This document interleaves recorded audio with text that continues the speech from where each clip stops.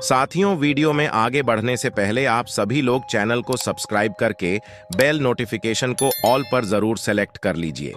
इससे हमारे चैनल की नई वीडियो सबसे पहले आपको मिल सकेगी।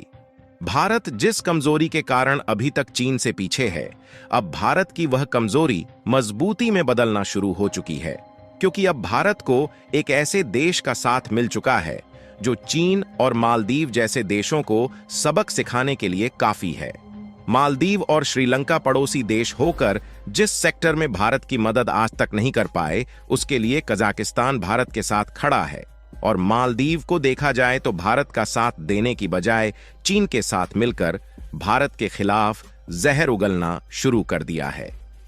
दोस्तों, हम बात कर रहे हैं रेयर अर्थ मेटल के बारे में, जिसके लिए कजाकिस्तान भारत की पूरी तरह से मदद करने के लिए तैयार है। वैसे देखा जाए तो रेयर अर्थ मेटल भारत में भी कहीं कहीं मिल जाते हैं और इलेक्ट्रॉनिक कंपोनेंट में इनका इस्तेमाल सेमीकंडक्टर के रूप में भरपूर मात्रा में किया जाता है। और भारत के पास रेयर अर्थ मेटल की मात्रा बहुत ही कम होने के कारण हम इलेक्ट्रॉनिक कंपोनेंट के मामले में चीन से पीछे हट जाते हैं। लेकिन अब भारत का इलेक्ट्रॉनिक सेक्टर ग्लोबल मार्केट में चीन को टक्कर देने के लिए तैयार है, क्योंकि कजाकिस्तान भारत को भारी मात्रा में रेयर अर्थ मेटल देने के लिए तैयार है। पूरी डेवलपमेंट क्या है, इस वीडियो में समझते हैं। लेकिन आगे बढ़ने से पहले कजाकिस्तान और भारत के इस डील के लिए वीडियो को एक लाइक जरूर करें और चैनल को भी सब्सक्राइब कर लीजिए, जिससे हमारे चैनल की नई वीडियो सबसे पहले आपको मिल सके।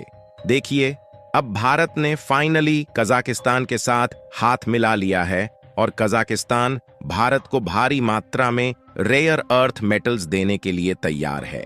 और कमाल की बात यह है कि इसके लिए कजाकिस्तान खुद भारत को रेयर अर्थ मेटल्स एक्सपोर्ट करना चाहता है, क्योंकि देखा जाए तो अभी तक कजाकिस्तान का मेन एक्सपोर्ट पार्टनर चीन, यूके, रसिया, गिरीश और जर्मनी जैसे देश हैं। लेकिन कजाकिस्तान इन देशों से अपनी डिपेंडेंसी को कम करना चाहता है और कजाकिस्तान भारत की तरफ अपने कदम को आगे बढ़ाना शुरू कर चुका है, क्योंकि भले ही भारत कजाकिस्तान से अभी तक रेयर अर्थ मेटल्स इंपोर्ट नहीं करता था, लेकिन भारत के द्वारा लार्ज अमाउंट वेजिटेबल्स और फ्रूट्स एक्सपोर्ट किए जाते थे। यहां तक कि भारत की तरफ से व्हीकल्स और कंप्यूटर जैसे इलेक्ट्रॉनिक इक्विपमेंट कजाकिस्तान को भेजा जाता है। यदि इस मैप पर ध्यान दें तो आपको भारत और कजाकिस्तान की लोकेशन साफ साफ दिखाई देगी, जिसमें इसकी दूरी भारत से बहुत ज्यादा नहीं है, जहां से भारत को रेयर अर्थ मेटल इंपोर्ट करने के लिए ट्रांसपोर्टेशन कॉस्ट का खर्च बहुत ज्यादा नहीं होने वाला। कजाकिस्तान में लगभग 15 रेयर अर्थ मेटल्स पाए जाते हैं, जिसमें टंगस्टन, मोलिब्डेनम, लिथियम और टैंटलम जैसे कीमती रेयर अर्थ मेटल्स शामिल है। वैसे देखा जाए तो यह रेयर अर्थ मेटल्स पृथ्वी पर बहुत ही कम मात्रा में पाए जाते हैं, जिसके कारण उनकी डिमांड बहुत ज्यादा होती है। इन रेयर अर्थ मेटल्स का इस्तेमाल इलेक्ट्रॉनिक इक्विपमेंट को बनाने में सेमीकंडक्टर के रूप में किया जाता है। इसके अलावा भी इनका इस्तेमाल डिस्प्ले, एलईडी स्क्रीन और कंप्यूटर ऑब्जेक्ट में भी किया जाता है। जैसा कि हमने आपको पहले भी बताया कि चीन की कजाकिस्तान के साथ पहले से ही ट्रेड रिलेशंस काफी अच्छे हैं, जिसमें कजाकिस्तान चीन को भारी मात्रा में रेयर अर्थ मेटल्स एक्सपोर्ट करता है। लेकिन कजाकिस्तान केवल चीन पर ही डिपेंड नहीं रहना चाहता, इसीलिए कजाकिस्तान ने भारत के साथ हाथ मिलाना शुरू कर दिया है। हालांकि कुछ दिनों पहले भारत ने अर्जेंटीना के साथ इसी रिक्वायरमेंट के लिए भारी मात्रा में रेयर अर्थ मेटल्स इंपोर्ट करने की डील को फाइनल किया है। लेकिन अर्जेंटीना के पास रेयर अर्थ मेटल्स की मात्रा कम होने के कारण सस्ते दामों रेयर अर्थ मेटल एक्सपोर्ट करने के लिए तैयार नहीं है। लेकिन भारत जिस मौके की तलाश के लिए अलग अलग देश में भटक रहा था, अब फाइनली वह मौका कजाकिस्तान ने खुद भारत को दे दिया है।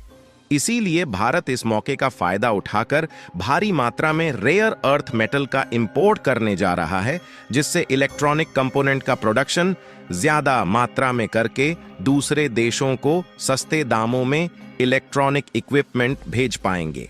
यानी कि देखा जाए तो अब फाइनली भारत इलेक्ट्रॉनिक मार्केट में चीन को टक्कर देने के लिए तैयार है, क्योंकि इलेक्ट्रॉनिक व्हीकल, स्मार्टफोन्स और कंप्यूटर में सेमीकंडक्टर का लार्ज अमाउंट में इस्तेमाल किया जाता है। अभी तक भारत अपनी जरूरत के लिए ज्यादातर रेयर अर्थ मेटल्स चीन से इंपोर्ट करता था, क्योंकि इसके अलावा भारत के पास भारी मात्रा में रेयर अर्थ मेटल्स इंपोर्ट करने का कोई और रास्ता नहीं था। और इसीलिए मजबूरी में भारत को महंगे दामों में रेयर अर्थ मेटल्स खरीदना पड़ता था। लेकिन अब finally Kazakhstan rare earth metals Bharat को एक्सपोर्ट करने के लिए तैयार हो गया है, तो हम चीन से इंपोर्ट होने वाले रेयर अर्थ मेटल को कम कर सकते हैं। इसके अलावा अगर पिछले साल भारत के द्वारा ग्लोबल मार्केट में इलेक्ट्रॉनिक एक्सपोर्ट को देखा जाए तो उसकी वैल्यू 23.6 मिलियन डॉलर के करीब है, जिसमें पिछले 6 मंथ्स में 22% की बढ़ोतरी देखी गई है। लेकिन अब भारत से इलेक्ट्रॉनिक एक्सपोर्ट की वैल्यू और भी ज्यादा बढ़ने वाली है, क्योंकि रेयर अर्थ मेटल्स कम प्राइस में मिल जाने के कारण हम ज्यादा मात्रा में इलेक्ट्रॉनिक्स कंपोनेंट प्रोड्यूस कर पाएंगे। भारत के द्वारा इलेक्ट्रॉनिक्स एक्सपोर्ट की बात की जाए तो भारत सबसे ज्यादा यूके और रूस जैसे देशों में इलेक्ट्रॉनिक्स इक्विपमेंट का एक्सपोर्ट करता है, और इन देशों के लिए भारत को फ्री मार्केट एक्सेस भी मिला हुआ है, क्योंकि रूस और यूके के साथ भारत के ट्रेड रिलेशंस पहले से ही अच्छे रहे हैं, जहां हम रूस से भारी मात्रा में क्रूड ऑयल भी इंपोर्ट करते हैं और इलेक्ट्रॉनिक्स इक्विपमेंट के अलावा फूड, वेजिटेबल एंड फ्रूट्स जैसे आइटम भी यूके और रसिया को एक्सपोर्ट करते हैं। और देखा जाए तो अब ग्लोबल मार्केट में चाइनीज प्रोडक्ट की जगह भारतीय कंपनियां लेना शुरू कर चुकी हैं। जहां कुछ दिनों पहले यूनाइटेड स्टेट्स और रूस से चाइनीज कंपनियों को निकाला गया, वहां पर भारतीय कंपनियां तेजी के साथ शिफ्ट हो रही है।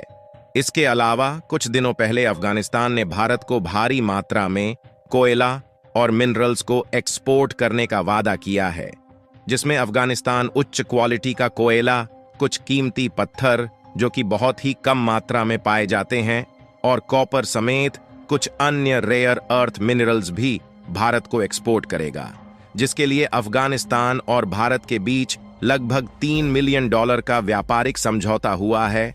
और इसके लिए जरूरी नहीं है कि हम अफगानिस्तान को डॉलर्स में ही भुगतान करें, बल्कि इसके बदले इंडियन कंपनी टेक्सटाइल, मशीनरी और कुछ अन्य केमिकल्स प्रोडक्ट भी अफगानिस्तान को भेज सकती हैं। अगर इसके पहले देखा जाए तो भारत इंडोनेशिया और ऑस्ट्रेलिया जैसे देशों से कोयला इंपोर्ट करता था, लेकिन भारत से इन देशों की दूरी ज्यादा होने के कारण इसके लिए भारत को ज्यादा कास्ट चुकाना पड़ता था, जबकि अफगानिस्तान की दूरी भारत से नजदीक है और वह उच्च क्वालिटी का कोयला भारत को सस्ते दामों में देने के लिए तैयार है। और अफगानिस्तान के द्वारा भारत में लाए जाने वाले कोयले से 1 किलो कोयले में 12,000 किलो कैलोरी एनर्जी प्रोड्यूस हो सकती है।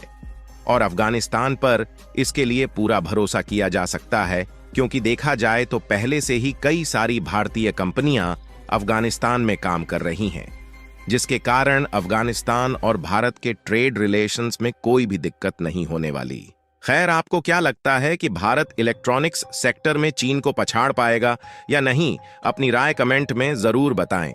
भारत जिस तेजी से आगे बढ़ रहा है, उसके लिए वीडियो को एक लाइक भी कर दीजिएगा और अपने मित्रों तक शेयर करें, ताकि उन्हें भी जानकारी मिल सके।